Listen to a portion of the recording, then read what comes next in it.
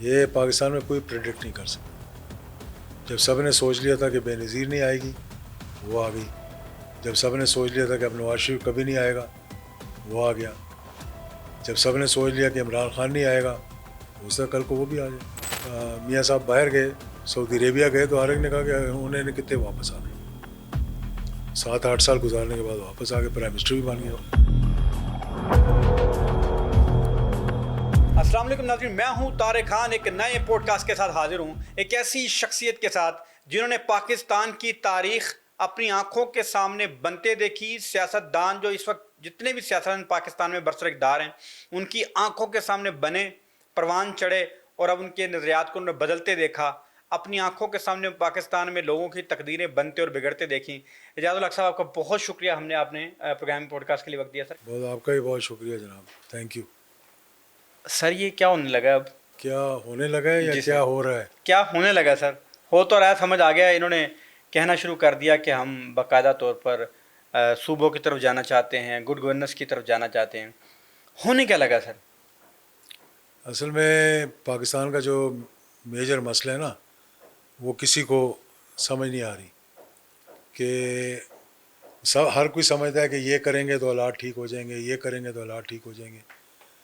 پاکستان کے اندر اگر جمہوریت ہے تو جمہوریت کی جو روح ہے وہ ہے کہ جمہوریت کو لے کر جائیں نچلی سطح پر, اور نچلی سطح کیا ہے؟ Local governments. ہم پاکستان کے اندر جمہوریت کی بات تو کرتے ہیں لیکن اس کو عمل درآمد نہیں ہونے دیتے. اس ملک کا جو مسئلہ ہے وہ سب سے بڑا یہ ہے کہ یہاں پہ ہم نام تو لیتے ہیں جمہوریت کا لیکن اس پر عمل درآمد نہیں کرتے. کہیں بھی لوکل گورنمنٹ نہیں ہے, کہیں بھی نچلی سطح پہ عوام تک رسائی عوام کی نہیں ہے. M N A M P S جو ہے ان کا سارے انتظار کرتے رہتے ہیں کہ یہ شاید ہماری کوئی داد رسی کریں گے, لیکن وہ اتنے زیادہ لوگوں کو معاملات نہیں دیکھ سکتے. یہ تو ہے مسئلہ. اگر جمہوریت کو آگے چلانا ہے اس کی ڈویژنز بنا لیں, اس کی یونٹس بنا لیں, اس کے صوبے بنا لیں, اس سے مسئلہ حل نہیں ہوگا. مسئلہ تب حل ہوگا کہ دو چیزوں پہ توجہ دیں جو اس وقت دیمک کی طرح اس ملک کو چاٹ رہی ہیں یا اس ملک کے نظام کو چاٹ رہی ہیں. پہلا تو یہی ہو گیا کہ لوکل گورنمنٹس کو امپلیمنٹ کروائیں, چاہے نان پارٹی بیسس پہ کروا دیں. ایسے نہ کروائیں کہ جیسے کراچی میں سندھ میں کروائے ہوئے. لوکل گورنمنٹ بنائی ہے وہاں پہ لیکن لوگ مرضی کے لا کر بٹھا دیے. جو جیتا اس کو ہروا دیا گیا, جو ہارا اس کو جتوا دیا گیا. تو اس طرح سے پھر معاملات ٹھیک چلتے نہیں ہیں. تو گڈ گورننس جو ہے نا پھر وہ گڈ گورننس ہو نہیں سکتی. دوسرا جو سب سے بڑا مسئلہ ہے اس ملک کا وہ ہے کرپشن. یہ آہستہ آہستہ بتدریج 1997 2000 2002 سے تھوڑی تھوڑی سیپیج ہوتی رہی ہے, اور اب وہ جو ہے نا کمرہ بالکل پانی سے بھر گیا کہ کرپشن جو ہے وہ اس قدر زیادہ ہو گئی ہے کہ اس کو روکنا ہی بڑا مشکل ہو گیا. تو پھر لگتا کیا ہے کہ نظام جو ہے وہ فیل ہو گیا, نظام چل نہیں رہا. اب ہم کیا کریں؟ کوئی نیا ایکسپیریمنٹ کریں یا کیا چیز ایسی لے کر آئیں جس سے کہ ملک آگے چلنا شروع ہو جائے. تو سب سے بڑی دو چیزیں میرے نزدیک جو ہیں وہ صوبوں کے میں حق میں ہوں شروع سے, ایتھنک بیسس پہ نہیں, ایڈمنسٹریٹو بیسس پہ. آج سے نہیں, 1990 سے میں بات کر رہا ہوں, لکھ رہا ہوں. جس طرح نیشنل سیکورٹی کونسل کے میں حق میں تھا, جس کی وجہ سے میں نے 1990 میں آرٹیکل لکھا تھا. مطلب اگر آپ نیوز کو نکال کے دیکھیں گوگل سے تو اس وقت میں نے لکھا تھا کہ نیشنل سیکورٹی کونسل ہونی چاہیے, اور اس کی وجوہات بھی بتائی تھیں کہ کیوں ہونی چاہیے. تو وہی جہانگیر کرامت نے جب بات کی تو اس کو ہٹا دیا گیا.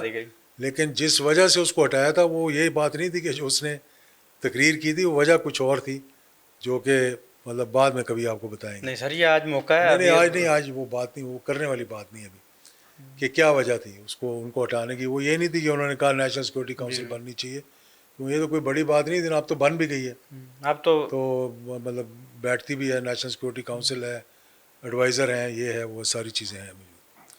تو اس وقت جو بات چل رہی ہے نا وہ یہ کہ ڈیلیورنس نہیں ہے, حکومتیں ڈیلیور نہیں کر سکتی. 8ویں ترمیم تو آپ نے کر دی لیکن صوبوں کی کیپیسٹی بلڈنگ نہیں کی. اس وقت حالت یہ ہے کہ مرکز جو ہے وہ بالکل یتیم ہو کے بیٹھ گیا. اور صوبے جو ہیں وہ مادر پدر آزاد ہو گئے ہیں، اور جو کرپشن ہے وہ اس قدر ہو گئی ہے کہ کوئی حساب ہی نہیں اس کا ہر طرف. یعنی میں نہیں کہہ رہا کہ جی یہاں اچھا کام ہو رہا ہے یہاں برا کام ہو رہا ہے، یہ اکراس دا بورڈ حالات جو ہیں وہ خراب ہو گئے. سر پہلے سر اس انٹرویو کو آپ کی ذات کے حوالے سے گفتگو کریں گے، پھر تاریخی بڑی چیزیں آپ سے پوچھنی ہیں. سر مجھے یہ بتائیے گا سر کہ 2023-24 میں آپ پر بھی کرپشن کے کچھ الزامات انہوں نے لگانا شروع کر دیے تھے، نیب میں بھی آپ کو بلایا گیا، کوئی منی لانڈرنگ کے بھی الزامات آپ پر لگے. وہ الزامات کیا تھے سر، اور پھر کیا بنا ان الزامات کا؟ کوئی بھی نہیں، پولیٹیکل الزامات تھے، ان کی بیسس کچھ بھی نہیں تھی، کھوکھلے تھے نیچے سے. تو نیب ویب کا چکر نہیں تھا کوئی بھی، لیکن وہ ایک منی لانڈرنگ کا کیس جو کسی بھی بن سکتا ہے وہ بنا تھا. لیکن 1.8 ارب روپے کا اسکینڈل شاید تھا. نہیں 1.8 ارب، اتنا پیسہ میرے پاس ہوتا تو میں یہاں بیٹھا ہوتا آپ کے پاس. یہ $1,00,000 تھے جو ٹوٹل رقم میرے بیٹے نے بھیجی تھی مجھے، اور اس کو پھر مطلب پولیٹیکل کیس ہے، سیدھی سی بات کرتے ہیں. اچھا پھر بنا کیا اینڈ اس وقت؟ کچھ نہیں ہوا، 6 پیشیاں بھگتی بہاولپور کورٹ کی، FIA کے کورٹ کی، 4 پیشیاں بھگتی FIA ملتان، کیونکہ باول نگر میرا حلقہ ہے. وہ کیس ریلیٹڈ وہاں پہلے فیصل آباد میں تھا. 9 مئی کو جس وقت یہ سب کچھ ہو رہا تھا اس وقت ہم پیشی بھگت رہے تھے فیصل آباد میں. تو اس کے بعد پھر جب ساری پیشیاں پوری ہو گئیں، اس وقت آپ تحریک انصاف سے ہی وابستہ تھے؟ جس وقت میں تحریک انصاف سے کبھی وابستہ نہیں رہا. ان کے ساتھ ایگریمنٹ تو کر لیا تھا، کولیشن کے طور پہ ان کے ساتھ بات ہوئی تھی، لیکن یہ نہیں تھا کہ میں شامل ہو گیا تھا ان کے ساتھ. جس طرح ہم اب کولیشن میں ہیں، میں سمجھ گیا تھا، حکومت کے ساتھ، جی سر، اسی طرح ہمارا ارادہ تھا کہ ہم اکٹھے مل کر الیکشن لڑیں گے. اس وقت تک آپ کا ارادہ یہی ہوگا کہ میں نے ساتھ چلنا ہے، پھر وہ کیسز آپ کے خلاف کھل گئے؟ نہیں، یہ ارادہ نہیں تھا کہ ساتھ چلنا ہے. میں 9 مئی کے بعد جو ہوا، جو کچھ 9 مئی کو ہوا، اس کو میں نے اپروو نہیں کیا تھا. میں نے اسی دن شام کو، اگر آپ ایکس پہ دیکھیں گے تو میں نے اس کو کنڈیم کیا تھا کہ جو ہوا ہے یہ بڑا غلط ہوا ہے. اور پھر جیسے جیسے آگے حالات خراب ہوتے گئے تو اب ہم نے کوئی اسٹیبلشمنٹ کے ساتھ لڑنے کی تو نہیں سیاست کی نا، نہ میں کرنا چاہتا ہوں، اور نہ ہی میں سمجھتا ہوں کہ یہ صحیح راستہ ہے. جو PTI نے جو راستہ اختیار کیا، یا اب جو مولانا فضل الرحمان صاحب اختیار کر رہے ہیں. اس پر آتے ہیں سر. تھوڑا سا یہ بتائیے گا کہ لوگ جب یہ آپ کے خلاف یہ منی لانڈرنگ کا کیس بنا تو لوگوں نے کہا کہ ضیاء الحق صاحب تو بڑے فقیر منش آدمی تھے اور انتہائی سادہ آدمی تھے، تو یہ ضیاء الحق صاحب کا بیٹا اتنا امیر کیسے ہو گیا؟ آپ کے کتنے بزنس ہیں، کتنی آپ کے بینک بیلنس ہیں، کتنی پراپرٹی ہے؟ کتنا امیر؟ نہیں، لوگوں نے اعتراض کیا، میں اپنی بات نہیں کر رہا کہ آپ کے خلاف جو کیس بنا نا منی لانڈرنگ کا، لوگوں نے پھر یہ سوالات. منی لانڈرنگ کتنی تھی؟ $1,00,000 تھا. $1,00,000 ان دنوں میں 1 کروڑ روپیہ ہوتا تھا. ٹھیک ہے سر. 100 روپے کا ڈالر تھا 2015 میں. جب میرے بیٹے نے بھیجا تھا، اس نے پلاٹ لینا تھا یہاں DHA میں، ٹھیک ہے، اور وہ باہر کام کرتا ہے، وہ بھیجا. وہی $1,00,000 1 کروڑ روپے میں اگر میں کوئی بہت بڑا آدمی بن گیا ہوں پاکستان کا تو آپ کا شکریہ. بننے میں برائی کیا ہے سر؟ اگر فرض کریں میرا تو میں یہ سمجھتا ہوں کہ اگر کوئی کسی کا باپ سادہ آدمی تھا، وہ نہیں اتنا متمول تھا، اگر اس کا بیٹا بن گیا تو اس میں مسئلہ کیا ہے سر؟ ہم تو صرف فیئر مینس کی بات کرنی چاہیے کہ وہ فیئر مینس سے مطلب فیئر مینس کی بات یہ ہے کہ نہ انہوں نے غلط طریقے سے پیسہ بنایا نہ ہم نے بنایا. الحمدللہ نہ اس وقت کوئی انگلی اٹھا سکتا تھا، نہ آپ کوئی انگلی اٹھا سکتا ہے. مطلب فیبریکیٹ کر کے تو کوئی چیز بھی آپ سامنے لا سکتے ہیں. سر یہ بتائیے گا کہ نواز شریف صاحب سے آپ کی راہیں کیوں جدا ہوئی سر؟ نواز شریف صاحب سے کوئی راہ ہماری ایسی کوئی بات نہیں تھی کہ جدا ہو گئی، لیکن وہی بات تھی کہ 1999 کے بعد ان کے ساتھ تھے، ان کو ملتے رہے، لانڈی جیل میں بھی جاتے ہوئے. تو جب وہ ملک سے باہر چلے گئے تو پھر سیاست تو کرنی تھی ہم نے.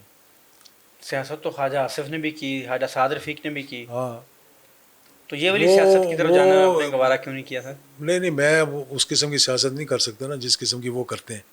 ہر کسی کا اپنا اپنا ایک ہوتا ہے. یہ جماعت ہم نے اپنے ہاتھ سے بنائی. ٹھیک ہے. میاں نواز شریف صاحب کی جگہ میں بھی آ سکتا تھا اس وقت. ٹھیک ہے. تو ہم نے ان کو آگے لگایا، خود پیچھے لگے. لیکن سر انہوں نے تو آپ کے والد صاحب سے بڑی، میں وہی کہہ رہا ہوں نا، اسی وجہ سے، اور تو کوئی وجہ نہیں تھی.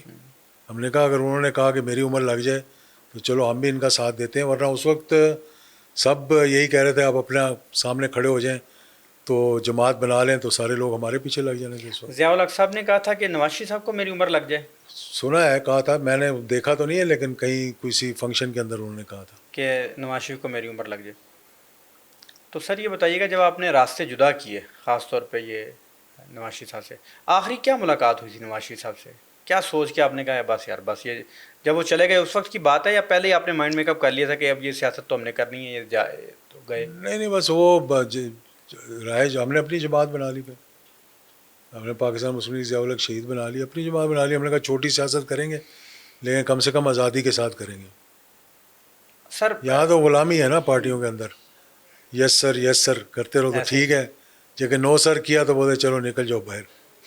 سر تھوڑی وضاحت کے لیے پوچھ رہا ہوں, آپ نہیں, آپ جو مرضی پوچھیں, کوئی گھبرانے والی بات نہیں ہے. مجھے بتائیے گا سر, خواجہ آصف نے ایک دفعہ ایک پروگرام میں بیٹھے ہوئے آپ پر بڑے سنگین الزامات لگائے, اور انہوں نے کہا جی کہ تو گلاں پیا کردا ہے جی میں بولتے ہیں تے تہاڈا تے علاج نواز شریف نے پلیوں کرایا گیا, 10 پیسے لگانے کے لائے, وہ کیا علاج, کس کا علاج کرایا تھا آپ کی فیملی میں نواز شریف صاحب, وہ کیا بات تھی؟ خواجہ آصف کو پتہ ہوگا, مجھے تو نہیں پتا کہ کس کا علاج کروایا. خواجہ صاحب جب بولتے ہیں سوچتے نہیں ہیں کہ میں کیا بول رہا ہوں, تو مجھے معلوم نہیں ہے. لیکن یہ مجھے پتہ ہے کہ وہ ARY کا پروگرام تھا, اس میں ہمارا جھگڑا بھی ہوا تھا تھوڑا سا, پروگرام رک بھی گیا تھا تھوڑی دیر کے لیے, بریک لمبی ہو گئی تھی. اچھا, تو اس کے بعد پھر اس کو کیا پروگرام. آپ سمجھتے ہیں کہ ایسا کچھ نہیں ہوا؟ نہیں, ایسے کہ خواجہ صاحب کو میں جب سے جانتا ہوں, جب یہ چھوٹا سا اپنا بچہ گود میں لے کے ہمارے پاس میرے پاس آئے تھے, کہ کٹھے تھے, یہ ابو دھابی میں تھے, میں بحرین میں تھا, ہمارا بہت ملنا جلنا تھا, بھائیوں کی طرح تھے ہم. تو مجھے یاد ہے میرے والد آ رہے تھے ابو دھابی, تو یہ خواجہ صاحب آئے کہ میں اپنے بیٹے کو لے کے جانا ہے ایئرپورٹ پہ, تصویر کھنچوائی, انہوں نے گود میں اٹھایا, اسے تصویر کھنچوائی. تو تعلق ہمارے بڑے تھے, لیکن پتہ نہیں اب ان کو کیا, کبھی کوئی انسان کو ہو جاتا, کوئی پریشر ہوگا, کوئی کسی نے کوئی کہا ہوگا کہ جی پہ جاؤ یہ بھی پارٹیوں میں ہوتا ہے. خواجہ آصف صاحب نے, آپ کہتے ہیں اتنا تھا کہ وہ میرے والد صاحب آ رہے تھے تو وہ ایئرپورٹ پہ اپنے بچوں کو لے کے آ گئے کہ میں نے تصویر اتروانی ہے. یہ بتائیے گا کہ نواز شریف صاحب, خواجہ آصف کے والد صاحب بھی چیئرمین تھے نا اسی. جی سر مجھے پتا, جی سر پتا. یہ بتائیے گا سر کہ نواز شریف صاحب آپ کے والد صاحب کی جو برسی ہوتی تھی اس کی تقریبات میں بڑی پرجوش تقاریر کیا کرتے تھے, کیا سمجھتے ہیں کہ نواز شریف صاحب اس فکر اور سوچ سے پیچھے ہٹ کے جو ضیاء الحق صاحب کی سوچ اور فکر تھی؟ دیکھیں, ہماری کوئی آپس میں مخالفت نہیں ہے. جی, کیونکہ آج بھی میں اگر بیٹھا ہوا ہوں تو PMLN کے ساتھ کولیشن میں بیٹھا ہوں نا. ٹھیک ہے. پچھلی 2013 میں بھی ہم کولیشن میں ان کے ساتھ تھے, جب ہم اپنی جماعت سے جیت کر آئے تھے. 2002 سے ہم اپنی جماعت سے الیکشن لڑ رہے ہیں اور جیت کر آئے ہیں. تو یہ کہنا جی کہ پیچھے ہٹ گئے یا آگے ہٹ گئے کہ کیا ہوا, کوئی اس میں کوئی دشمنی نہیں ہے ہماری آپس میں. ٹھیک ہے. ہم اکٹھے بھی چلتے ہیں, ملتے بھی ہیں. میں اس کے بعد بھی ان کو ملتا رہا ہوں, جب سعودی عربیہ سے واپس آئے ہیں پھر بھی ہماری ملاقاتیں ہوئی ہیں, اور جب بھی کہیں اسمبلی میں آتے ہیں تو ملاقات ہو جاتی ہے. کوئی شکوہ نہیں کیا جب آپ نے پارٹی چھوڑی کہ آپ کے ساتھ اتنا تعلق تھا, آپ کے والد کے ساتھ تعلق تھا, آپ نے پارٹی کیوں چھوڑ دی؟ کوئی شکوے ہوئے؟ ان کو تو شکریہ ادا کرنا چاہیے یار کہ تم نے میری جماعت بنا کے دے دی مجھے میرے ہاتھ میں. میں تو سینئر وائس پریزیڈنٹ تھا پارٹی کا, نواز شریف کے بعد سب سے بڑا عہدہ میرے پاس تھا. نہیں, میں جب آپ نے پارٹی چھوڑ دی 2000 کی بات کی بات پارٹی چھوڑ دی, اپنی جماعت بنا لی ہم نے. اچھا, یہ آپ نے جو کہا آپ کوئی بھی سوال کر سکتے ہیں. یہ بتائیے گا کہ آپ کو لگا کہ PTI طاقت میں آپ ان کے ساتھ تھے, اس سے پہلے کاف لیگ آپ کو لگا طاقت میں آپ ان کے ساتھ تھے, اس سے پہلے یعنی مشرف صاحب کے آپ ساتھ رہے, اس سے پہلے نون لیگ طاقت میں تھی آپ ان کے ساتھ رہے, اب آپ کو لگتا ہے کہ کولیشن میں جا کے نواز شریف صاحب کے ساتھ بیٹھنا چاہیے تو آپ ان کے ساتھ بیٹھ گئے. آپ کا اختلاف ان جماعتوں سے کس بنیاد پر ہوتا ہے سر, اور کیا نظریہ کیا ہے اعجاز الحق صاحب آپ کا, کہ آپ کس بنیاد پہ کسی کے ساتھ چلتے ہیں, کس بنیاد پر آپ گریز بڑھتے ہیں؟ کیا نظریہ صرف اقتدار ہے سر؟ میں اقتدار میں ہوں اس وقت. نہیں سر, کولیشن میں تو بیٹھے ہیں. نہیں, کولیشن تو اقتدار تو نہیں ہوتا. اقتدار میں تب ہوتا میں ان کی کابینہ میں بیٹھا ہوتا.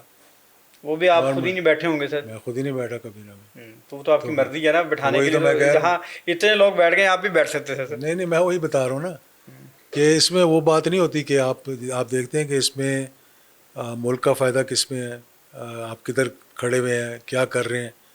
تو ہمارا اپنا ایک زور ہے, ہم جہاں چاہیں کھڑے ہو سکتے ہیں، یہاں چاہیں بیٹھ جائیں. علاقائی سیاست کی حد تک تو زور آپ کا واقعی ہے. سر یہ بتائیے گا، خواجہ آصف کا جس طرح آپ نے کہا کہ وہ ایسے کھڑے ہوتے ہیں، کیوں خواجہ کے پیچھے کیوں پڑ گئے یار؟ میں آگے بڑھوں، شریف آدمی ہے. آگے بڑھ گئے ہاں. سر. اور کون کون سے سیاستدان تھے جن کو آپ نے دیکھا کہ وہ آپ کے والد صاحب سے ملنے آتے تھے؟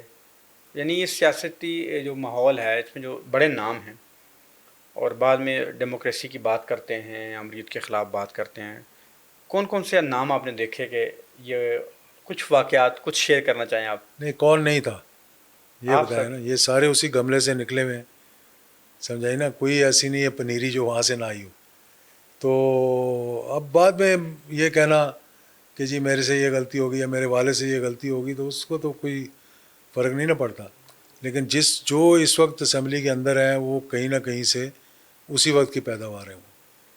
اچھا یہ بتائیے گا، جب آپ کے والد صاحب کی ڈیتھ ہوئی اس کے بعد وہ سیاستدان جو غالباً طواف ہی کرتے ہوں گے آپ کے جہاں آپ کے والد صاحب ہوں گے، ضیاء الحق صاحب، کیسے آپ نے لوگوں کو بدلتے دیکھا؟ لوگوں کے چہرے کیسے بدلے؟ لوگ کیسے بدلے؟ اس کا ایک بڑا آسان فارمولہ ہے میرے پاس جی سر. کہ کبھی ایکسپیکٹیشنز رکھی نا آپ. اچھا. اگر آپ ایکسپیکٹیشنز نہیں رکھیں گے تو آپ کبھی ہرٹ نہیں ہوں گے. میں نے کبھی کسی سے کوئی ایکسپیکٹیشن نہیں رکھی. بڑے بڑے ہم نے لوگ دیکھے ہیں بدلتے ہوئے، لیکن مجھے ایک رتی بھر بھی فرق نہیں پڑا اس سے. تو ان کو فرق پڑتا ہے جو کہتے ہیں جی آپ فلاں بندہ ہے، یہ میرے والد کے ساتھ بڑا قریبی تھا، یہ ہمارا بھی اسی طرح ساتھ دے گا، اور وہ نہ دے پھر آپ کو تکلیف ہوتی ہے. جب آپ خود ہی نہیں، ایکسپیکٹیشنز ہی نہیں آپ کو، تو کوئی فرق نہیں پڑتا. تو زندگی کا یہ میں آپ کو ایک گر بتا رہا ہوں. ٹھیک ہے سر. کہ جب کسی کے ساتھ بھی ہو، کوئی آپ کو کسی وقت سمجھے کہ بھئی آپ اس کے لیے بہت ضروری ہو اور کل آپ کو ضرورت پڑ جائے وہ ساتھ نہ دے، پھر آپ کو بہت تکلیف ہوگی. ایسے ہی سر یہ بتائیں کہ آپ کے والد صاحب نے 1985 میں غیر جماعتی الیکشنز کروائے، اور سارا معاملہ ساروں کو پتہ ہی، اس کے بعد یہ ساری سیاسی پنیری ہوگی. آپ کو لگتا ہے کہ آپ کے والد صاحب نے بطور اس ملک میں ایک ڈکٹیٹر کے ڈکٹیٹرشپ نافذ کر کے ایک بھٹو صاحب کو باقاعدہ طور پہ ہینگ کیا گیا ان کے دور میں، کیا یہ درست تھا؟ 100% درست ہے، 100%. اس میں کوئی شک کی بات ہی نہیں ہے. آپ سمجھتے ہیں کہ بھٹو صاحب 1977 کے حالات اب کب پیدا ہوئے ہیں آپ؟ میں سر بہت بعد میں پیدا ہاں ہوں. تو پھر آپ کو پتہ ہی نہیں، پہلے پڑھ کے آنا تھا نا. نہیں سر میں پڑھ کے آیا ہوں. کیا پڑھ کے آئے ہیں سر میں مجھے پتہ 77 کے بتائیں پہلے. ذرا 77 میں کیا ہوا تھا؟ جی سر پی این اے کی جو موومنٹ چلی سر، ہاں. وہ جو پی این اے کی موومنٹ تھی وہ بعد میں تو سر سارے اس کے تانے بانے امریکن سے جا کے ملے. اچھا، حتیٰ کہ میرے یہ آپ پروگرام کو میں کس نے کہا؟ سر میں آپ سے عرض کرتا ہوں، میں نے جتنا پڑھا ہے، بریگیڈیئر ارشاد ترمذی صاحب کی کتاب ہے حساس ادارے، وہی بات ہے. تم کتاب میں تو حوالے دوں گا نا سر. تاریخ کو مس کر رہے ہیں. سر میں نہیں کر رہا بس. ہاں. میں آپ سے، آپ نے کہا جی کہاں پڑھا، میں نے آپ کو نام کتابوں کے نام لینے شروع کیے. نہیں میں یہ کہہ رہا ہوں کہ یہ وہ کتابیں ہیں جو بندے کے جانے کے بعد بندہ لکھتا ہے نا. جی سر. تو وہ کتابیں ایسی ہوتی ہیں کہ وہ ہمیشہ سٹوریز کو بدلتے ہیں. سلمان ابھی ایک بڑے پرانے بیوروکریٹ آئے ہیں، سعید مہدی صاحب. جی سر آئے. کیا پرنسپل سیکرٹری ٹو جی دی ابھی پرائم ریسنٹ منسٹر، کتاب بھی ان کی آئی ہے. Chief minister. کتاب میں جتنا جھوٹ اس نے لکھا ہے میرے خیال ہے پاکستان کی تاریخ میں کسی نے لکھا. اب آپ اس کو پڑھیں گے تو آپ کہیں گے یار واقعی سعید مہدی نے کہہ دی. بڑا بالکل ٹھیک کہہ رہے ہیں. سلمان گیلانی صاحب تھے سر، جن کے والد صاحب باقاعدہ طور پر مفتی محمود صاحب کے ساتھ ان کی موومنٹ میں شامل رہے، پی این اے کی موومنٹ میں. میں نے ان کے مرنے سے کچھ عرصہ قبل ان کے ساتھ پوڈ کاسٹ کیا تھا، اگر آپ کہیں گے تو میں آپ کو سنوا بھی دوں گا سر. انہوں نے باقاعدہ طور پہ کہا کہ ان کے والد صاحب کو باقاعدہ سی اے نے ان کا پی این اے کی موومنٹ کے بعد شکریہ ادا کیا، جس کے بعد وہ کئی دن تک چیخیں مار کے روتے رہے، اور باقاعدہ طور پر وہ کہتے رہے کہ ہم نے کیا ظلم کر دیا، ہم نے تو امریکنس کے ہاتھ میں استعمال ہو گیا. ان کے لیے میرے والد صاحب جھوٹ ایسی باتیں نہ کریں آپ. نہیں میں سلمان آپ قوم کو گمراہ کر رہے ہیں. میں نہیں کر رہا ہوں یہ باتیں کر کے. نہیں میرے پروگرام میں کہا، نہیں یہ غلط بات کی اس نے. اگر کہا بھی اس نے غلط کہا، اپنے والد کے بارے میں بھی کہا تو غلط کہا. وہ ایک جینون ریلیجس موومنٹ تھی جس کے پیچھے ایک نظریہ تھا. اگر وہ نظریہ تھا، میں آپ کو سن لیں نا پھر پوری بات، ٹھیک ہے نا. تو قوم ان کے ساتھ کھڑی ہوئی تھی. 3 شہروں کے اندر مارشل لاء لگا ہوا تھا. فوج نے گولی چلانے سے انکار کر دیا تھا. 3 بریگیڈیئرز نے ریزائن کر دیا. اس کے بعد کیا چاہ رہا تھا آپ کے پاس؟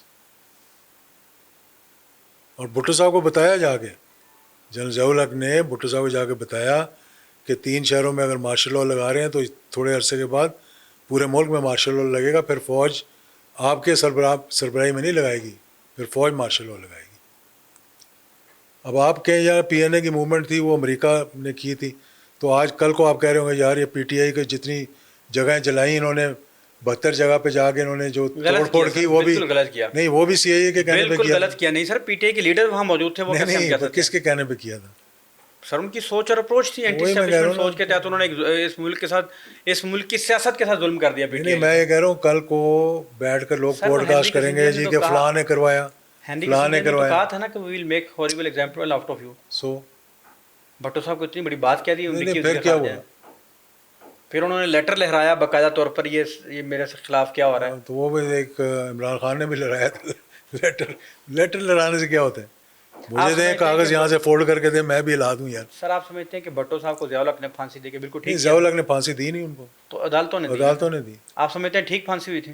یار یہ اب عدالتوں سے پوچھو، مجھ سے کیوں پوچھ رہے ہیں؟ عدالتوں نے تو مان لیا، نہ سپریم میں کورٹ اس نے وقت جج تھا نہ میں آج جج ہوں. سپریم کورٹ نے تو کہہ دی نا نہیں، غلطی تھی. سپریم کورٹ نے جھوٹ کہا.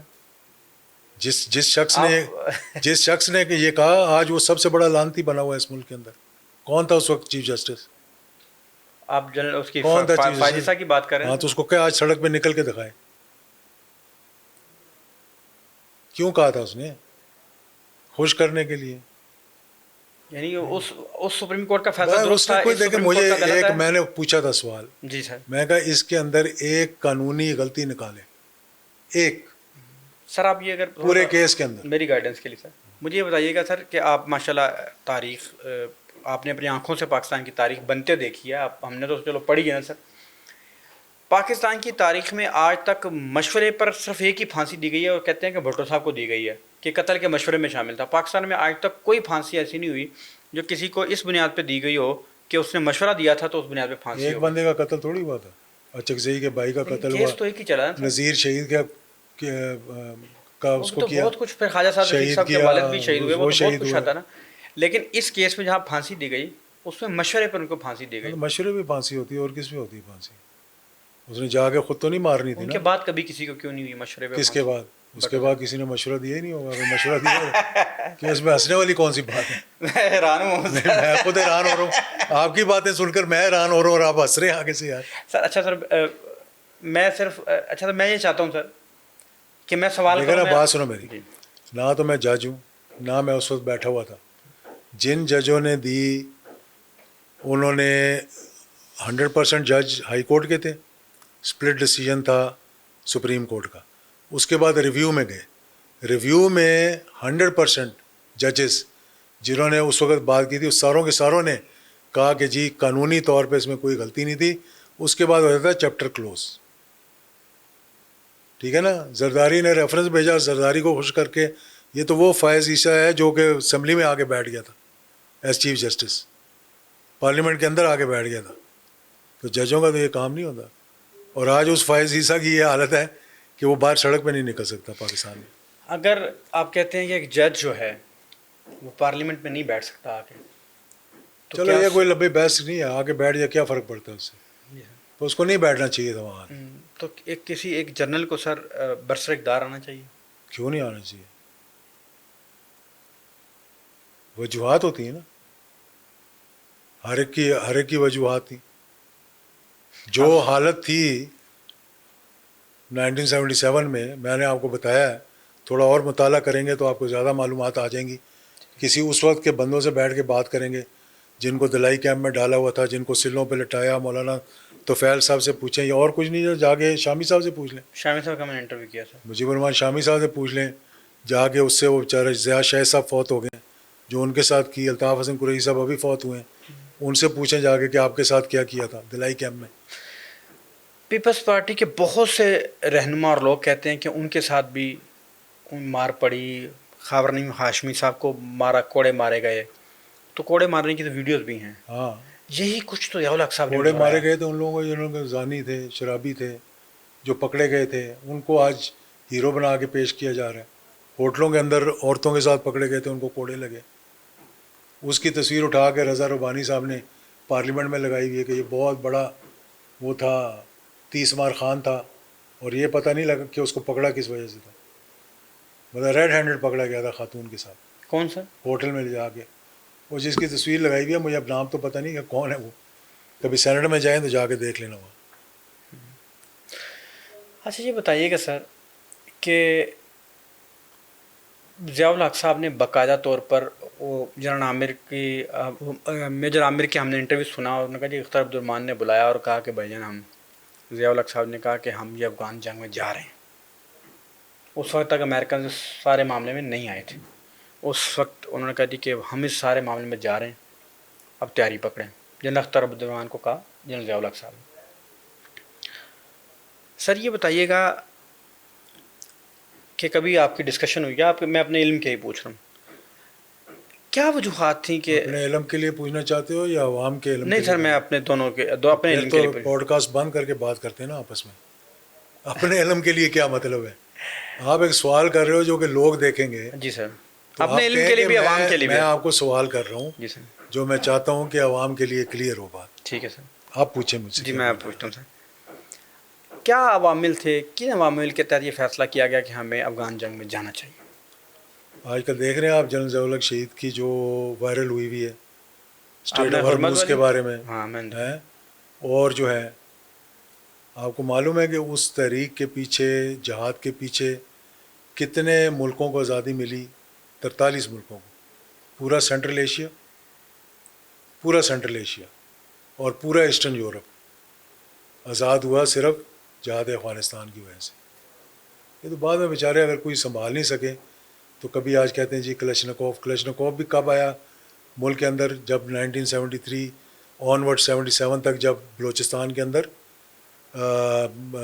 آپس میں لوگ چڑھ گئے تھے پہاڑوں پہ بلوچی, جس طرح آج نکلے میں باہر ہوں. جس وقت اختر مینگل اور یہ سارے بھاگ کے چلے گئے تھے, اختر مینگل کے والد صاحب تو بھاگ کے چلے گئے تھے افغانستان, اور وہاں سے اسلحہ آ رہا تھا یہاں پہ. وہ تھا وقت جب کلشنکوف آئی. آپ کہیں جی جہاد افغانستان آیا تو ڈرگز آ گئیں, جہاد افغانستان آیا تو کلشنکوف آ گئی. یہاں پر 11 سال تک جنرل ضیاء الحق شہید رہے اور جہاد افغانستان چل رہا تھا. ہم ان دنوں میں لنڈی کوتل میں بیٹھ کے کڑھائی کھایا کرتے تھے جا کے ان دنوں میں. ٹھیک ہے, پورا پاکستان پرامن تھا اس وقت, کہیں کچھ نہیں ہو رہا تھا. سب سے زیادہ پرامن صوبہ جو تھا وہ بلوچستان تھا اس وقت. سر یہ KPK تھا اس وقت. آپ نے کہا کہ ضیاء الحق صاحب نے جہاد کے لیے ہرا کیا.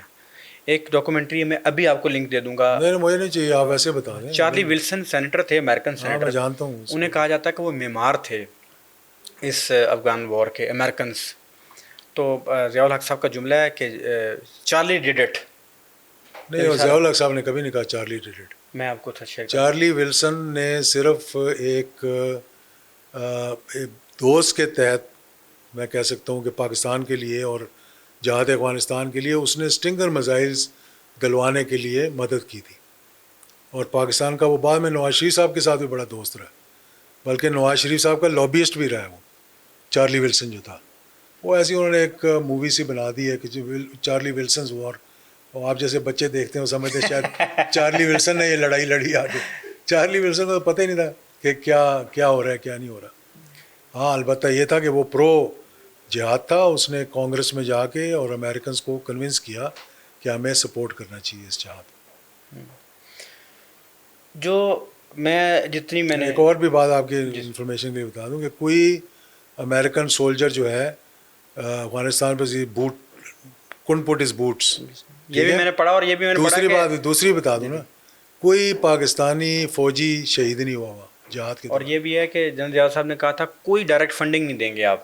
بالکل نہیں دیں گے. جو فنڈنگ دیں گے ہمارے ذریعے ہوگی, آپ فنڈنگ نہیں کریں گے کسی جگہ پہ بھی نہیں کریں گے آپ. یہ باقاعدہ طور پہ میں سر بحیثیت پاکستانی ایک طالب علم میں یہ سمجھتا ہوں سر کہ ضیاء صاحب کا پاکستان کے اوپر بہت بڑا ایک احسان میں مانتا ہوں سر. وہ یہ ہے کہ پاکستان کو ایٹم بم بنانے میں انہوں نے بڑا بنیادی کردار ادا کیا. یعنی ہمارے سیاسی اختلافات 1 کروڑ ہو سکتے ہیں سر, لیکن پاکستان کو ایٹم بم بنا کر دینے میں ان کا شاندار کردار تھا. اس افغان وار کے پس منظر میں انہوں نے ایٹم بم بنا لیا اور کسی دنیا کے بندے کو ہلنے بھی نہیں دیا پاکستانی ایٹم بم کے حوالے سے. یہ بتائیں کہ سر وہ اس حوالے سے آپ کی کیا نالج ہے, کس طرح کے پریشرز, کس طرح کے معاملات تھے جن سے گزر کے پاکستان ایک ایٹمی قوت بنا؟ کیونکہ یہ کہا جاتا ہے, یہ بھی سر اس کا بھی مجھے سر جواب دیجیے گا, یہ کہا جاتا ہے کہ باقاعدہ طور پر اسرائیل اور امریکنز ایک بار پاکستان پر اٹیک کرنے کے لیے آ رہے تھے پاکستان کے ایٹمی اثاثوں پر. وہ کیا منظرنامہ تھا, کیا تھا, اس ساری تفصیلات ہے جو آپ کی معلومات. آپ بات کریں 1986 کی بات کریں. یہ ابھی مشاہد صاحب کا بھی آپ نے سنا ہوگا انٹرویو، جو انہوں نے کہا کہ بھائی آغا شاہی صاحب کو اور ان سب کو بھیجا امریکہ، جب امریکنوں نے بڑی کھپ ڈالنے کی کوشش کی تو اس وقت جنرل صاحب نے کہا کہ وہ جگہ ڈھونڈو جہاں پر ہم نے ایکسپیریمنٹ کرنا ہے اس کا. تو چاگی کے ٹنلز 1979 میں شروع ہوئے، 1983 میں بن گئے، 1984 میں پاکستان نے کولڈ ٹیسٹ کیا پہلا. ٹھیک ہے. ٹھیک ہے کہ نہیں؟ تو یہ پورا جب بھٹو صاحب نے شروع کیا اس کو 76 میں جنرل صاحب بنے چیف آف آرمی اسٹاف، اور ڈاکٹر قدیر نے مجھے خود بتایا اور لکھ کے بھی میرے خیال میں آرٹیکل بھی ان کا ہے کہ میں چھوڑ کے جا رہا تھا پاکستان سے کیونکہ یہاں کوئی کام ہو ہی نہیں رہا تھا. تو پھر میری ملاقات ہوئی چیف آف آرمی اسٹاف کے ساتھ، جنرل ضیاء کے ساتھ. انہوں نے پھر بھٹو صاحب کو بتایا کہ بھائی یہ بندہ ہے، اس کو بتائیں کس طرح فیسیلیٹیٹ کر سکتے ہیں. تو پھر ایک میٹنگ بلائی گئی جس میں فورن سیکٹری اور ڈیفینس سیکٹری اور غلام اسحاق خان ان سب کو بٹھایا گیا، اور پھر کہا کہ جی جو ان کو فیسیلیٹی چاہیے وہ دیں. پھر آرمی سے بھی انہوں نے کہا مجھے کوئی بندے چاہیے سیکورٹی وغیرہ کے لیے، تو ایک بریگیڈیئر تھے ان کو تعینات کیا گیا ان کے ساتھ. وہاں اس وقت تک ابھی کوئی قریب بھی نہیں تھے ہم یہ 77 میں بم بنانے کے. پھر وہاں سے یہ کام شروع ہوا، اور یہ جو چاگی کے ٹنل تھے کسی کو پتہ بھی نہیں تھا کہاں بن رہے ہیں. 19 سال پہلے 1998 میں جب بلاسٹ ہوا اس سے پہلے وہ بننے شروع ہو گئے اور تیار بھی ہو گئے تھے. تو یہ سارا کام جو ہے یہ افغان جہاد میں، اسی لیے میں یہ کہتا ہوں کہ جو 15 لاکھ افغانیوں نے شہادت دی اس جہاد کے دوران، ان کی شہادت کی بدولت ہم آج نیوکلیر بنے. اور آج اگر ہم نیوکلیر نہ ہوتے اور اگر وہ جہاد نہ ہوتا تو امریکہ نے آپ کو کبھی بھی نیوکلیر نہیں بننے دینا تھا. پریزیڈنٹ ریگن جب پریزیڈنٹ تھا یا پریزیڈنٹ کارٹر جب تھا تو اس وقت باقاعدہ ہر سال کانگریس اور سینٹ کہتی تھی کہ سینکشنز لگاؤ پاکستان پہ، یہ نیوکلیر بام بنا رہے ہیں. اور پریزیڈنٹ جو تھا ان کا مجبوراً جہاد کی وجہ سے کہ کولڈ وار تھی اور پاکستان جو تھا رشیا کے سوویت یونین کے خلاف کھڑا ہوا تھا، تو وہ ویور دیتا تھا کہ اس کے پاس ویٹو پاور ہوتی ہے. وہ ویور دیتا تھا کہ بھائی 1 سال کے لیے میں ویور دیتا ہوں کہ پاکستان گارنٹی کرتا ہوں کہ پاکستان جو ہے وہ نہیں بنا رہا ہے. تو اس کی آڑ میں ہم نے اللہ کے فضل و کرم سے اس وقت پاکستان نیوکلیر بن گیا. اور آج جتنی ہم بڑھ کے مارتے ہیں، جتنے ہم فن خان بنتے ہیں، یہ اس جہاد کی وجہ سے اور اس قیادت کی وجہ سے جس نے یہ پاکستان کو تحفہ دیا. یا صاحب یہ بتائیے گا، جس وقت اسرائیل اور انڈیا پاکستان کے نیوکلیر پلانٹس پر حملہ کرنے والے تھے اور باقاعدہ وہ حملہ کرنے لگے تھے، وہ سارا واقعہ کیا ہے؟ اس کے پس منظر میں کیسے وہ حملہ یہ روکا بھی گیا؟ سعودی انٹیلیجنس نے اور امریکن انٹیلیجنس نے پاکستان کو اطلاع کروائی تھی. پھر اس کے بعد جب یہ معلوم ہوا تو پھر ان کو پیغام دیا گیا تھا کہ ٹرمپے کا، اور ساتھ یہ بھی بتایا اسرائیل کا جہاں پہ ان کا اٹامک ری ایکٹر تھا، اس جگہ کا مجھے شہر کا نام بھول گیا، انڈیا کا تو ٹرمپے میں تھا، کہ اگر پاکستان پر حملہ کیا گیا تو یہ دونوں جگہیں جو ہیں ان کو ہم فارغ کر دیں گے. پھر 48 گھنٹے تک ایئر فورس ہماری جو ہے نا وہ ہوا میں رہی، اور وہ اسرائیل والے آئے انڈیا، اور انڈیا سے پھر انہوں نے اکٹھے آنا تھا، لیکن وہ دھمکی سے اتنا ڈر گئے. اور یہ پھر بتایا گیا ان کو کہ پاکستان کا ایک اسکواڈن تیار ہو رہا ہے جو کہ جس کو کہتے ہیں نا کاما کازی، جیپنیز جس طرح جاتے تھے پرل ہاربر میں مارنے، کہ وہ 1 وے مشن پہ جائیں گے. پاکستان کا ایک اسکواڈن جو ہے نا اس نے اسرائیل جانا تھا 1 وے مشن پہ. تو انہوں نے کہا کہ 3 یا 6 افسر چاہیے، تو اس سے پورے اسکواڈن نے کہا کہ ہم جائیں گے. قرآن اندازی کرو کہ بھئی کس کس نے جانا ہے. سب نے کہا اسرائیل ہم کو جائیں گے. وائپ آؤٹ کرنے کے لیے. ہاں مطلب ان کا نیوکلیر پلانٹ پہ 1 وے مشن پہ جانے کے لیے، حملہ کرنے کے لیے، کیونکہ فری فولنگ تو نہیں ہو سکتی تھی، واپس نہیں آ سکتے تھے جہاز. کیا جذبہ تھا یہ تو ہماری قوم کا جذبہ ہے، تو ہم کھڑے ہوئے نا آج. قوم میں تو بڑا جذبہ ہے سر. قوم میں بڑا جذبہ ہے. اچھا سر، تھوڑا سا گفتگو کو آگے بڑھاتے ہیں. ایک واقعہ کہا جاتا ہے کہ جب پاکستان پر انڈیا حملہ کرنے والا تھا تو ضیاء الحق صاحب کرکٹ میچ دیکھنے پہنچ گئے اور کرکٹ میچ دیکھتے رہے. دونوں فوجیں سرحدوں پہ لگی ہوئی تھیں اور وہ کرکٹ میچ کے دوران ہی انہوں نے ایک پیغام دیا اور پیغام دے کے کہا کہ پھر واپس آ گئیں فوجیں. پورا پیغام کیا تھا, پورا واقعہ تھا تو بتائیں. نہیں, واقعہ تو بجائے میرے بتانے کے یہ راجیو گاندھی کا جو ایڈوائزر تھا آن سیکورٹی, اس نے خود لکھا ہوا ہے. میں اب اس کا نام بھول رہا ہوں, یاد آ جائے گا. اس نے خود لکھ کے ساری سٹوری بتائی ہے. تو یہ جب پتہ لگا کہ 1 ملین فوج, ان کی 10 لاکھ فوج جو ہے ایمونیشن کے ساتھ ایکسرسائز پہ پہنچ گئی. ایکسرسائز کا بہانہ انہوں نے کیا تھا. ان کا ارادہ تھا کہ یہ سندھ کی طرف سے حملہ کریں گے, راجستھان کی طرف سے, ان کا راجستھان جو تھا. تو جب پتہ لگا, پاکستان نے بھی اپنی فوجیں بھیجیں, لیکن اس وقت کیونکہ افغانستان کا جہاد تھا اور پاکستان دو طرف مطلب توجہ اگر بڑھ جاتی تو مشکل ہو جانی تھی. تو انہوں نے پھر ایک انویٹیشن منگوایا. یہ بھی ان کا اپنا طریقہ کار تھا, جس طریقے سے کرکٹ کلب کی طرف سے پاکستان اور انڈیا کا میچ ہو رہا تھا اس وقت. عمران خان صاحب میرے خیال میں کپتانی کر رہے تھے اس کی. تو وہ منگوا کے وہ پہنچ گئے وہاں پہ. ان کو منع کیا گیا راجیو گاندھی کو کہ آپ ریسیو نہ کریں, لیکن ان کی اپوزیشن نے اور ان کی کیبنٹ نے دباؤ ڈالا. وہ لینے کے لیے آئے, پھر اس کو ایڈوائزر کے ساتھ اپنے جس نے اسٹوری لکھی اس کے ساتھ بھیج دیا. جب واپس آئے تو جانے سے پہلے جب چڑھنے لگے جہاز پہ تو اس کا ہاتھ پکڑ کے, یہ راجہ ظفر الحق صاحب نے بتایا اسٹوری جو سنائی تھی, کہیں ہم گئے ہوئے تھے بیلجیم یا کہاں, وہ ساتھ تھے, راجہ ظفر الحق ساتھ تھے, نواز شریف بھی ساتھ تھا میرے خیال میں, اور بھی کچھ لوگ تھے جو ساتھ گئے تھے.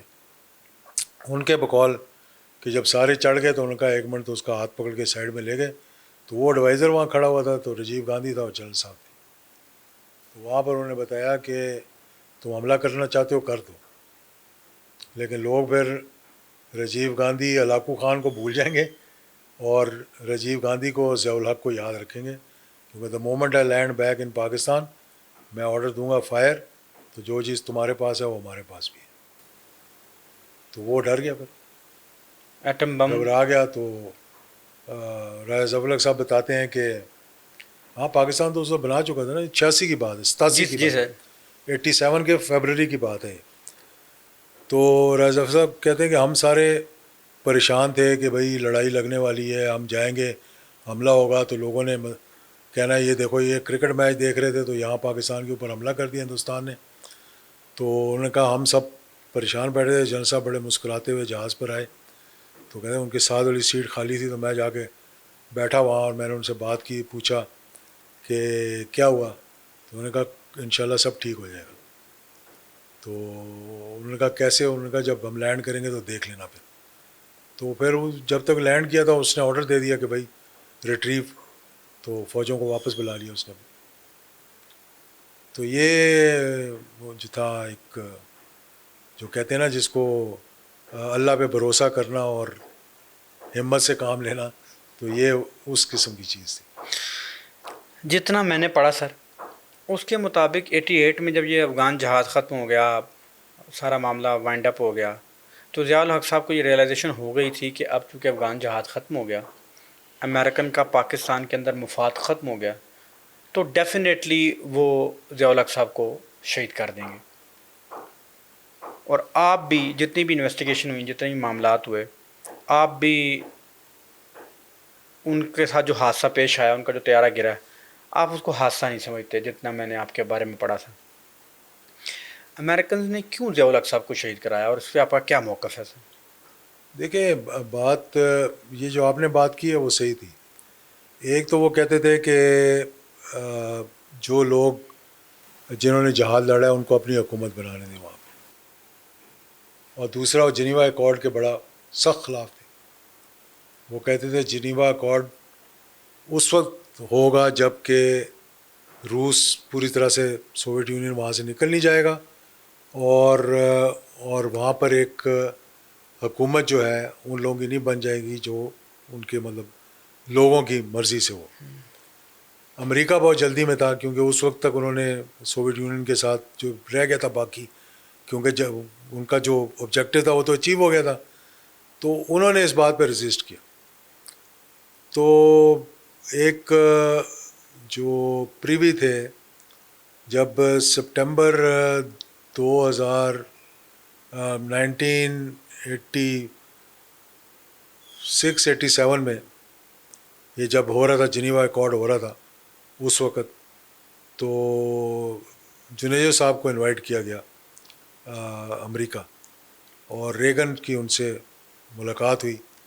اس وقت تک امریکہ جو ہے وہ کیونکہ چاہ رہا تھا جنیوا ایکارڈ کرے، اور جنرل صاحب اس کے رجسٹ کر رہے تھے کہ نہیں پہلے یہ ہونے دو پھر یہ ہونے دو، تو انہوں نے پھر جنید صاحب کو تھپکی دی تھوڑی سی. تو وہ جب میٹنگ امریکن نے تھپکی دی، امریکن نے خود پریزیڈنٹ نے ان کے، وہ یہ میٹنگ کر کے آئے تو ان کے ساتھ ایک ان کا جاننے والا بیٹھا ہوا تھا جو اب بھی ہے، ہمارا بھی جاننے والا ہے. وہ بدین سے اس کا تعلق ہے، تو وہ ہے تعلق پنجاب سے لیکن born and raised in Sindh, تو وہ زبان بھی وہاں کی بولتا ہے، لگتے بھی ویسے اس کا جنید صاحب سے بڑا تعلق تھا. تو وہ جب گیا ملنے کے لیے تو اس نے پوچھا جنید صاحب کیسی میٹنگ رہی؟ انہوں نے کہا بہت اچھی رہی. تو انہوں نے کہا کیا بات ہوئی؟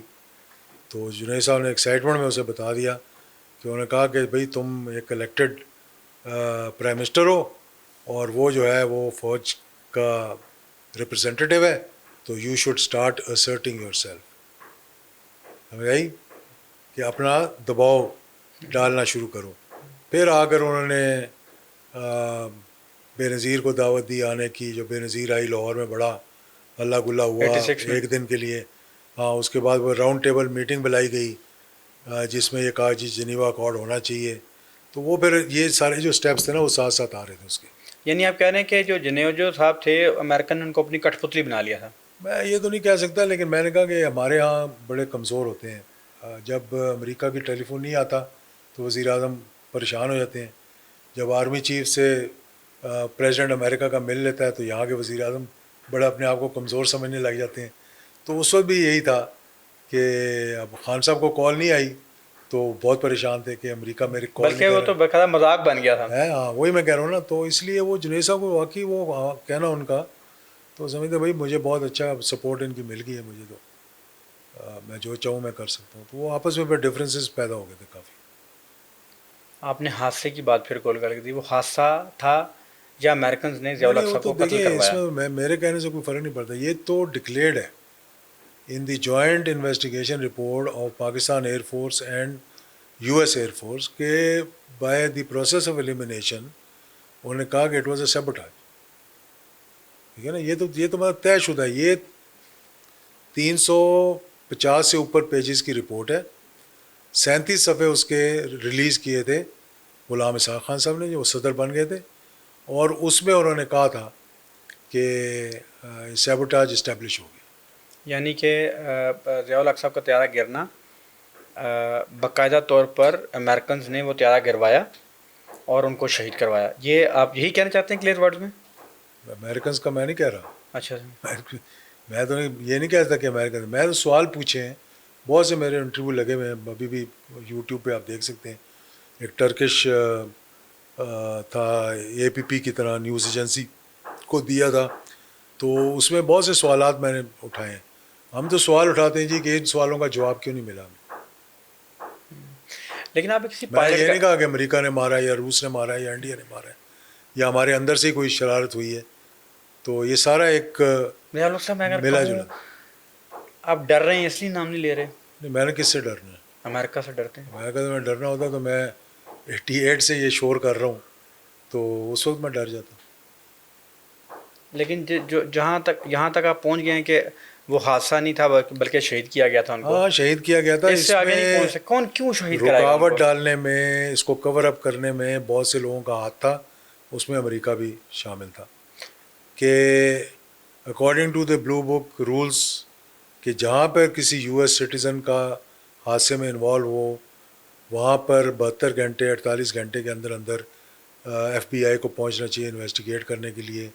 تو بعد میں بتایا گیا کہ جارج شولٹز جو اس وقت کے سیکرٹری آف اسٹیٹ تھے، فارن منسٹر تھے ان کے، انہوں نے FBI کو نہیں آنے دیا پاکستان. اچھا آپ کہتے ہیں تانے بانے ملتے ہیں کہ امریکن نے تفتیش رکوائی. یہ سوال میں پوچھتا ہوں نا کہ کیوں نہیں آنے دیا؟ 10 مہینے بعد کیوں آئے FBI والے؟ آنے کے بعد انہوں نے کیوں صحیح طریقے سے انکوائری نہیں کی؟ آنے کے بعد پاکستان میں سیر و تفریح کیوں کرتے رہے؟ اب ان سوالوں سے اگر تکلیف ہو کسی کو تو میں تو جواب مانگ رہا ہوں ان سے. آپ کسی پائلٹ کا بھی ذکر کرتے ہیں جس نے کوئی انکشاف کی اور انکشاف کرتے کرتے رویا. میں نے آپ کو پرانا ایک انٹرویو پڑھا تھا جس میں آپ نے ایک پائلٹ کا ذکر کیا تھا جو ضیاء الحق صاحب سے ان کی بڑی محبت تھی اور بعد میں وہ آپ سے ملا اور اب بات کرتے کرتے وہ رو پڑا. وہ پائلٹ کیا کیا ذکر تھا؟ کچھ تھا ذہن میں آتا تھا آپ؟ پائلٹ کا تو نہیں، مطلب انکوائری کی تھی جو پاکستان کی طرف سے جس نے انکوائری کی تھی اس کو پھر بڑا تنگ کیا بعد میں. اس کو مطلب ایئر کموڈور تھے. تو ایسی بہت سی چیزیں ہیں جو سر تھوڑا سا مطلب وضاحت سے بتائیے میرا کیا ہوا؟ انٹرویو دیکھ لینا، اس میں 10 دفعہ کہا ہوا ہے یہ بات. اچھا تو بار بار ریپیٹ کرنے سے ایک بات کا کوئی فائدہ نہیں تھا. اچھا. یہ چیز ہے کہ سوالات ہم نے اٹھائے ہیں، ان سوالات کے جواب نہیں ملے. جیسے ایف بی آئی والے سوالات میں نے آپ کو بتایا. جیسا آپ نے پوچھا پوسٹ مارٹم کیوں نہیں کیا گیا، ٹھیک ہے نا. تو اور بہت سی چیزیں اس کے اندر.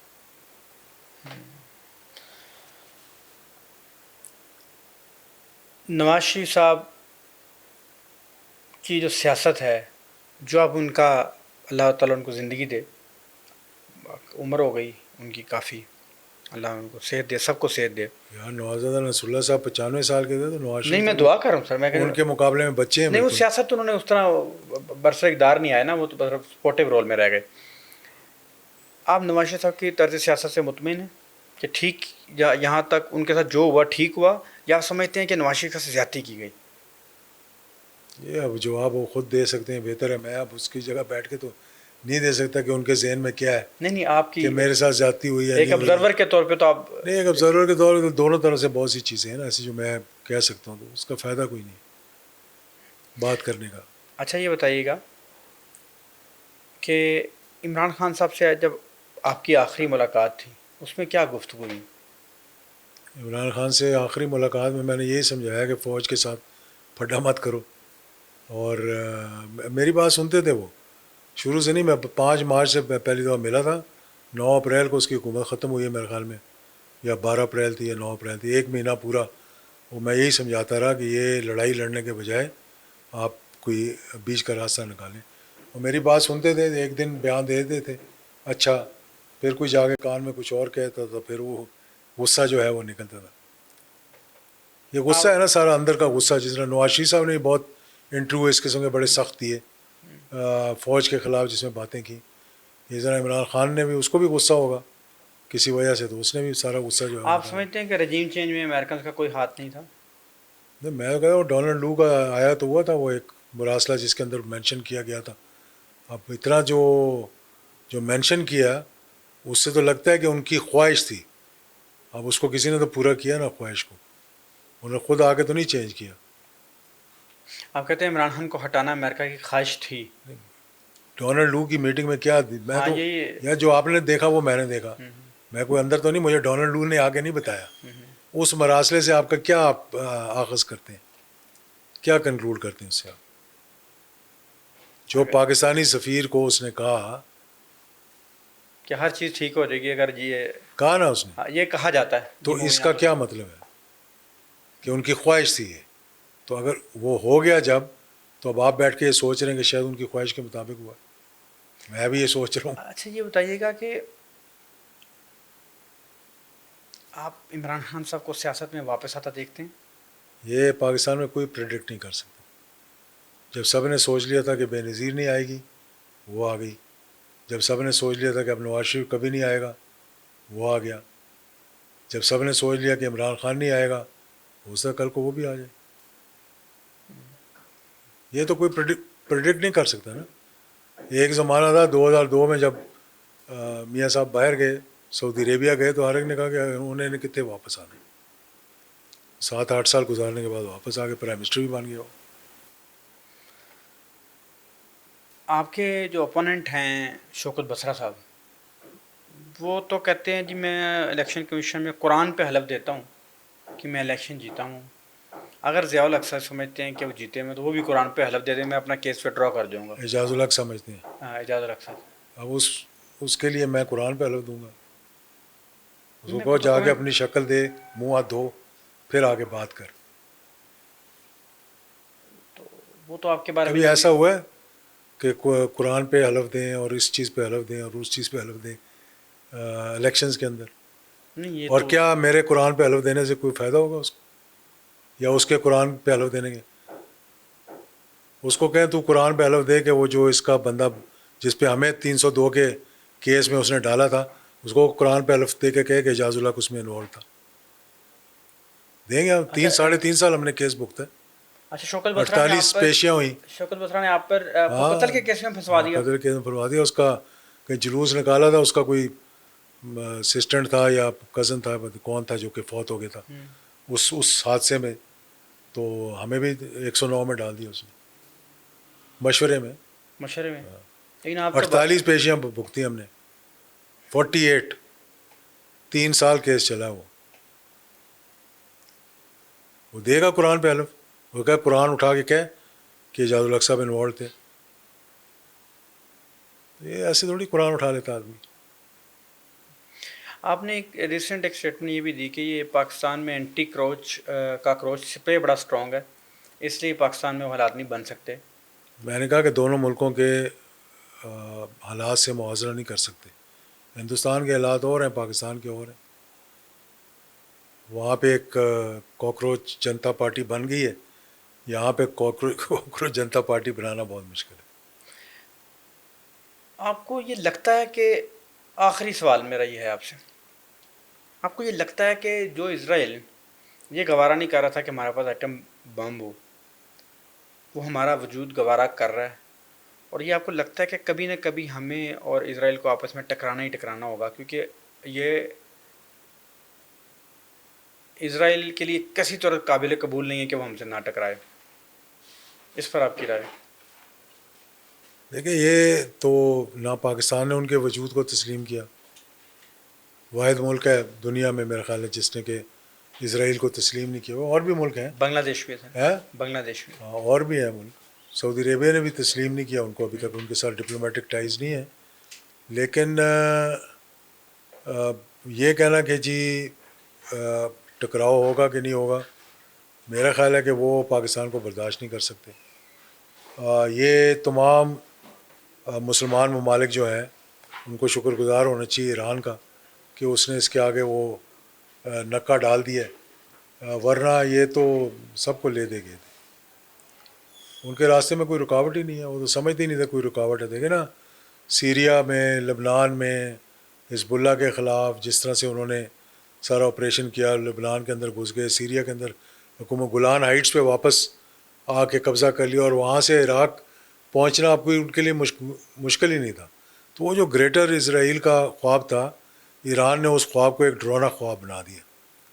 تو یہ تھوڑا سا بریکیں لگ گئی ہیں اسرائیل کی. لیکن جب بھی ان کو موقع ملے گا وہ کوشش کریں گے کہ دوبارہ ایران اور پھر پاکستان یعنی گڑبڑ کرنے کی. آپ اپنی تمام سیاسی زندگی سے, سیاسی نظریات سے, جس میں آپ کہتے ہیں کہ آمریت درست چیز ہے, خراب چیز نہیں ہے, ٹھیک ہے, نہیں میں یہ نہیں کہہ رہا کہ آمریت, میں کہتا ہوں حالات دیکھ کے بات کریں. اب آپ اس چیز کو صحیح کہیں گے, ایک چیف آف آرمی اسٹاف کو ہٹانے کا طریقہ کیا ہوتا ہے, کیا نہیں ہوتا. آپ کہتے ہیں سارے اختیار وزیر اعظم کے پاس ہیں, لیکن اس طریقے سے ہٹایا جائے کہ اس کے جہاز کو لینڈ نہ کرنے دیا جائے. تو حالات تو پیدا ہو گئے تھے, پھر انہیں ٹیک اوور کرنا پڑ گیا اس کو. بلکہ اس نے کیا بھی نہیں, وہ تو ہوا میں تھا, نیچے والوں نے ٹیک اوور کر لیا اس کو. تو اب اس وقت کہیں جی کہ وہ جو آمریت تھی بڑی غلط آ گئی. اس وقت پاکستان کے اس وقت جو حالات ہے وہ سول وار چل رہی تھی 77 میں, لوگ مارے جا رہے تھے, لوگ دلائی کیمپ میں پڑے ہوئے تھے, گولیاں چل رہی تھیں. فوج کو کہا گولی چلاؤ, فوج نے انکار کر دیا گولی چلانے سے. وہ میں نے کتاب پڑھی, اس نے فیض چشتی صاحب کو کہا گیا کہ آپ گولی چلائیں, تو ان کا یو بلڈی گو اینڈ کل. نو یہ غلط ہے. فیض چشتی صاحب کا کام ہی نہیں تھا یہ, وہ کور کمانڈر تھا اس وقت. اس بعد میں جب جنرل صاحب نے ٹیک اوور کیا, وہ پنڈی کا 10 کور کا کور کمانڈر تھا. وہ کہتے ہیں کہ فیض چشتی صاحب نے, چونکہ انہوں نے ٹیک اوور کیا, فیض چشتی گئے تھے ٹیک اوور کرنے کے لیے, تو ضیاء الحق صاحب نے ان کو تھے آخری بات جب کی تو مشہور انہوں نے جملہ کہا مرشد مروا نہ دینا. نہیں انہوں نے یہ نہیں کہا کہ مرشد مروا نہ دینا, وہ یہ کہنے کی ضرورت ہی نہیں تھی, کیونکہ فیصلہ جنرل ضیاء الحق کا تھا نا. His neck was at stake. Chishti کو تو کچھ بھی نہیں ہونا تھا, وہ general Zia ul Haq chief of army staff تھے وہ. تو مرشد کہنا, تو وہ مرشد تو وہ بڑے پیار سے اپنے تمام سینئرز کو بھی کہتے تھے, دوستوں کو بھی کہتے. جنرل احسان الحق تھے ان کے ساتھ, بڑا ساتھ رہے, بعد میں وزیر بھی رہے ان کے, مشیر بھی رہے. تو ان کو بھی مرشد کہتے تھے پیار سے. تو جنرل چشتی نے بھی جو بعد میں کچھ باتیں کی انٹرویوز کے اندر وہ بھی سب گھڑی ہوئی باتیں تھیں. چلیں اپنی ایک معلومات کے لیے میں ایسے ہی پتہ نہیں کہاں ضیاء الحق صاحب مکتبہ دیوبند سے تعلق رکھتے تھے, مکتبہ بریلویہ سے تعلق رکھتے تھے, مکتبہ اہل حدیث سے تعلق رکھتے تھے, ان کا تعلق تھا کس مکتبہ فکر سے؟ اسلام سے. اسلام سے. دیوبندی سمجھے ہمارا ہے, بریلوی سمجھے ہمارا ہے, تو دوسرے سمجھے ہمارا ہے, تو بندہ تو پھر صحیح کر سکتا ہے نا کام. ان کا دیکھیں نا جامعہ اشرفیہ سے بھی تعلق تھا, دادا دربار بھی جاتے تھے. میں نے ایسے لوگوں سے ملا ہوں جن لوگوں نے کہا کہ ہم داتا صاحب رحمۃ اللہ علیہ کی سراؤنڈنگ میں رہتے تھے, ساری رات جا کے وہاں پہ نفل پڑھتے تھے. انہوں نے کہا میں نے اپنی آنکھوں سے ضیاء الحق صاحب کو داتا صاحب رحمۃ اللہ کے مزار پہ آتے دیکھا ہے. وہ وہاں پہ آتے تھے اور سادہ ایک دفعہ نہیں, جب بھی لاہور آتے تھے وہاں جاتے تھے, جب بھی لاہور آتے تھے وہاں سے ہو کے جاتے تھے. تو اس کا مطلب وہ بریلوی تھے. میں تو ایسے پوچھ رہا پھر جامعہ اشرفیہ میں رہتے تھے تو اس کا مطلب وہ دیوبندی تھے. تو سب سے بڑی بات ہے کہ مسلمان تھے. کوئی ایک بات جو آپ کو ان کی یاد آتی ہے؟ وہ پورا ایک پوڈ کاسٹ کریں گے آپ کے ساتھ بعد میں, بہت سی یادیں ہیں آپ کو بتائیں گے. سر یادوں میں بات کریں گے. ہاں انشاءاللہ ضرور. یہ تھا آج کا پوڈ کاسٹ. ہم نے بھرپور کوشش کی کہ تاریخی حوالوں کے ساتھ سوالات ان کے اعجاز الحق صاحب کے سامنے رکھیں, اور انہوں نے بڑے خندہ پیشانی سے, بڑے تحمل سے, اور کہا کہ جو سوال تمہارے ذہن میں آتا کرو. ہم نے تمام تر سوالات کرنے کی کوشش کی, اپنی سے کوشش کی. آپ کو کیسا لگا کمنٹس میں آگاہ کیجیے گا. چینل کو لائک کیجیے گا, سبسکرائب کریں, شیئر کریں, بیل آئیکن کو بٹن کو دبا دیں. ہم آپ تک ایسی معلومات اس طرح کے انٹرویو لانے کی بھرپور کوشش کرتے رہیں گے. شکریہ.